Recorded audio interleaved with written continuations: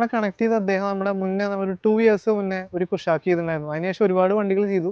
അതേ സെയിം കളറിലെ വണ്ടി തന്നെയായിരുന്നത്. അദ്ദേഹത്തിന് ആ വീഡിയോ കണ്ടിട്ട് ഇഷ്ടമായിട്ടാണ് നമ്മളെ കോൺടാക്ട് ചെയ്തത്. അദ്ദേഹം കമ്പനിയിൽ റിക്വസ്റ്റ് ചെയ്തപ്പോൾ അവർക്ക് അത് കണക്ട് ചെയ്യാനായിട്ട് സാധിച്ചില്ല. അവർക്ക് അതിനുള്ള ഫെസിലിറ്റി ഉണ്ടായിരുന്നില്ല.